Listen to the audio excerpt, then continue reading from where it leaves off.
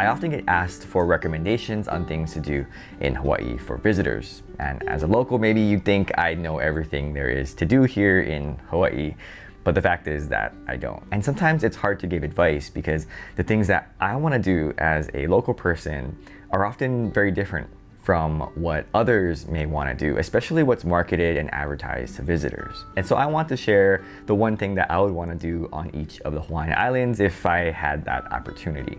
Some of these things I've been able to do, and some I hope to do someday. And I think this stark difference in, say, what a local would prefer doing versus a visitor would prefer doing is quite interesting. It's just a different perspective on how someone could enjoy Hawaii. And this is going to be a spoiler-free video, meaning that I'm not going to show any pictures or video or drone shots of all these things or places. I'm just going to talk about them as if we're friends, as if you're just asking for advice and I would just share this is what I would do. And if you have any suggestions for the one thing to do on each Hawaiian island, please put them in the comments below. But try not just list beaches on every single island, okay? Because it's small kind of boring, yeah? Hello from Hawaii. All right, so first I'll talk about Kauai. It is my favorite island in Hawaii. I'm from Oahu and I grew up here on Oahu, but Kauai is my favorite island. If you want to do outdoorsy things, Kauai has so much to offer. But out of all the things to do, Mahaulepu Beach or Heritage Trail is my absolute favorite. So I think I've been there twice with my cousins, and all I remember was getting there was quite the experience. I don't know if they fixed the road, but all I remember was we're in the car and the truck, and the whole time we're trying to get there, it is bumpy. I mean, you'll be like, yeah, you can break your car if you do that. So you definitely need to be careful if you're getting out there. I don't know why they don't fix the road. Maybe it's to keep people out of it. I have no idea. But once you get past the bumps, you get to this small parking lot, and it's just this wonderful trail that goes sort of along the shoreline. And towards the end, there's this beautiful isolated beach. It's probably the most beautiful place I've ever been. It's a combination of the ocean, the shore, and the grass off to the side. And I think a lot of people, when they talk about this place or they like review this place, they mostly just talk about the shore and the beautiful views when you look outward towards the ocean. But actually, if you look inward towards the land and the mountains, it is just beautiful. It's like this very nice, like beautiful grass and plains. And I guess we don't often see that too much in Hawaii, just wide open grass. Just these very big, vast fields are just kind of rolling hills. We don't have a lot of rolling hills here, at least not on Oahu. And so I really like this contrast between the beautiful ocean, the shoreline, isolated beach. Of course, that's all beautiful and amazing. But it's really the grass on the other side that I'm just totally blown away. And when you get to the end towards this beach, maybe there might be some guys fishing or something with their trucks. But you get to the end and it is just amazing. The couple times that I did go there, I brought my camera and I took all these wonderful pictures, and it was just beautiful. Again, there's a lot to choose from on Kauai, but to me, that's the one place that I just think is absolutely beautiful. And the next time we're going to Kauai, I'm definitely gonna go and visit that place again. All right, so now let's talk about Oahu. Lots of stuff to do here, right? Lots of hiking, activities, nightlife, things. But the one thing that I would want to do if I were to visit Oahu is go to the Aulani Resort. Now it's all the way out in Kapolei. It's pretty far away from like Honolulu and downtown, and to some extent even the North Shore. But every time I've been to Aulani, I've really enjoyed it. At this point, I've gone at least 4 times, sometimes with friends, sometimes with family, and every time I've gone, it's just been so much fun. The Aulani Resort is a Disney-themed resort, although I use that term quite loosely because it's designed more so with like a Hawaiian-ish hut theme, so it's very kind of brown looking. And there are some Disney characters, but nothing really makes it seem like Disney-like. The rooms in the hotel are very beautiful, but what really stands out to me are like the water park stuff that they have there. It's just absolutely amazing. And before I had kids, we would typically go and hang out at the adult-only area. Nice, very shallow pool. You could just kind of cruise, relax. You don't have to worry about kids. But now that I do have kids, I am looking forward to taking them back to Aulani and participating and just having fun in all of the different water stuff. There's like a lazy river, there's all these different slides, just a lot to do. And if you end up getting bored with all of that water stuff, the beach is right there with the cove. I should also mention that we got to experience the luau there the other time. We had a couple friends that were singing in the show. It was really good food, just very interesting, and it was very nice to be a part of something like that, because as a local person, you know, we kind of, luau is like, it's a touristy kind of thing. So it was nice to step into the shoes of a tourist and just kind of experience what the luau is, the food, and just sort of the entertainment. And so we had a good time. And again, there's a lot to choose from here on Oahu, but I really had to think, okay, if I got my family and kids, what would I get the most fun out of? And so I just thought about Aulani and all the fun that I've had staying there over the years. Of course, we got those little cups that you can refill, which is also very nice with the soda. But it just, every time I've gone there, I've had a lot of fun. And I look forward to bringing my boys one day and we can just go hang out as a family.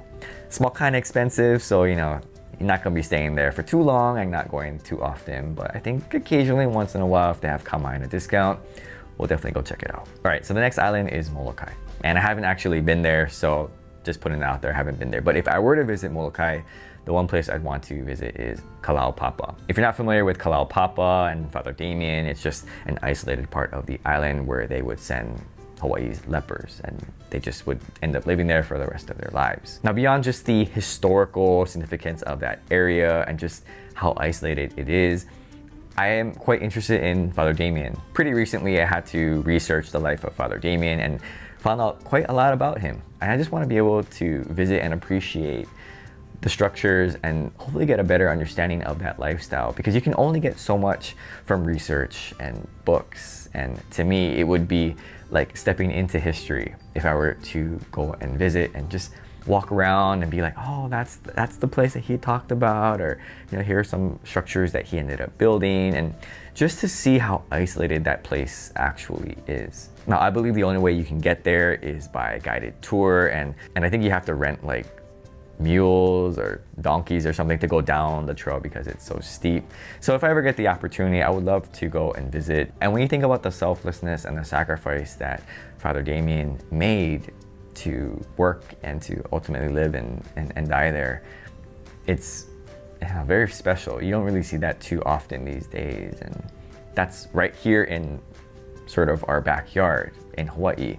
And I would love to be able to go and visit. All right, the next island is Lanai. And I've never been there. I don't know, frankly, what there is to do on Lanai. I know it's a very small island with a small population. And so the one thing I'd be interested in doing is playing golf on Lanai at Manele Golf Course.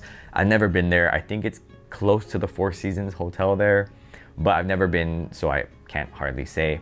But I would love to go and golf on Lanai. I've been able to play golf on pretty much every neighbor island at most of the big golf courses. My favorite probably being Kapalua and Wailea. Absolutely beautiful golf courses. And if you get a chance to go there, I would highly recommend those courses. But I've never been to Lanai for golf, and I think that'd be really cool to just fly in one day, play around a golf, and fly back home. Golf course looks pretty interesting and challenging. Of course, the views are absolutely beautiful. And I just think it'd also be nice to just say I visited Lanai, because I have never been. All right, so now for the island of Maui. I know, lots to do, tourist attraction, pretty much everything to do there. I got it. But if I were to visit Maui, the one thing that I want to do is go to Haleakala. And I know people love the road to Hana and all these different activities, but to me, going up to Haleakala would just be very special. Correct me if I'm wrong, but I think on some days you could actually see Haleakala from Oahu, I believe. Again, I've been to Maui before, but mostly for golf. Never really had an opportunity to go to Haleakala. And I think it'd be great just to go up there, to drive up and just see the sights and just be around there. I also know that there's an observatory up there, so it'd be kind of cool to also visit that place. But really just to be there, I think would be amazing. And now Hawaii Island, or the Big Island.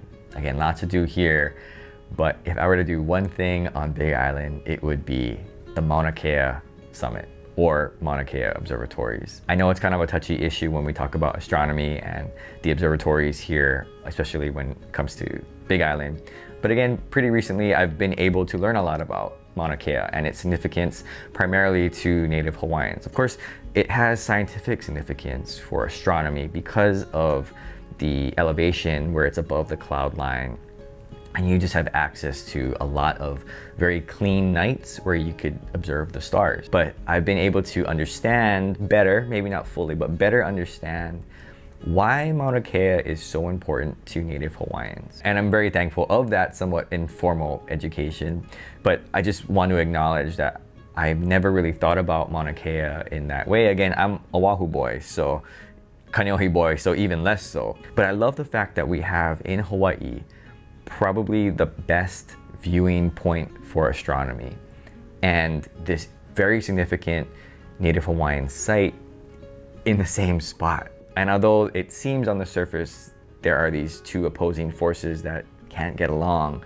I would love to see the day where both can come together and work together so that Native Hawaiian culture can be respected and honored in a way that is appropriate. At the same time, we have science here.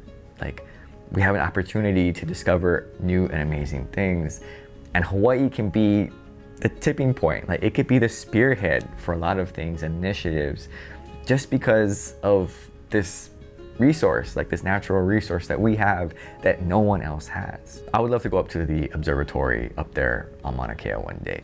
Now, I have a weak stomach, I should mention that, so driving up there might be a little tough. And getting acclimated to the high altitude will also probably take me some time. But if I ever get the opportunity to go up there, I would love it. I would love to see the stars with my own eyes. And I got kind of bad vision, so yeah. But I would love to go up there and look at the stars, take photos, video. Because I think when you're up at that elevation, how it would feel for a lay person like myself is just feel like elevated and separated from all of just normal life. I mean, I don't know if heavenly is the word to describe how you could feel up there. Being up in a place that is both sacred and just above all else physically, just above everything, to me is just like, it would be an amazing feeling. So maybe heavenly is the correct word. It's both spiritual, but at the same time, it's also just, you know, above everything. I don't know what you'd feel, and maybe people who go up there for work or who go up there regularly, maybe it kind of just wears off on them. But for someone who hasn't been there before, oh, it must feel really special. And I didn't mention Niihau and Kahoolawe in this video because you really can't go there. Niihau is invitation only, and Kahoolawe, it's uninhabitable. But I would love the opportunity to go to both places. I think going to a place like Niihau, just walking around, would be amazing. Just to meet people and just kind of see how they live their life there, because they are a part of the state. And although their population may not be big, I'm sure that their community is very close. And even for a place like Kahoolawe, where really the only time people go there is to clean up the island, I think it'd be just nice to see a place where there is nothing. I think in our highly developed and explored world, it seems like wherever people go, there's just people stuff there, right? And for a place like Kahoolawe, it would just be kind of nice to walk around and be like, wow, there's like absolutely nothing here. And so if I ever get the opportunity to go, I would love to go and visit. So that's my list of the one thing I'd want to do on each of the major Hawaiian islands. Again, I was born and raised here on Oahu, and although Hawaii is a very small place, sometimes we often don't get out of our comfort zone. And I know for someone on Oahu, oftentimes, unless it's for family or for some kind of event, there's not a lot of draw for me to go to the neighbor islands. And maybe for the neighbor islands, they feel the same way. There's not a lot of draw to come to Oahu, especially because it's crowded and a lot of tourists and just so busy. But I would say if you're looking to visit Hawaii, understand that each of the islands, although connected as one state, are very unique and different. And maybe as a visitor, you may not sense those nuances or those subtleties in the cultures between each island, but as someone who grew up here, you could definitely tell by the way someone talks, by the way that they act, and their sort of just general attitude. You can kind of tell like, oh, you're not from Oahu, right? Or, oh yeah, you definitely from Oahu, right? Or, oh, you kind of laid back, huh? You from Kauai. you know, and it's always fun to visit whenever I get the opportunity to visit some of the neighbor islands, places that I really are not familiar with.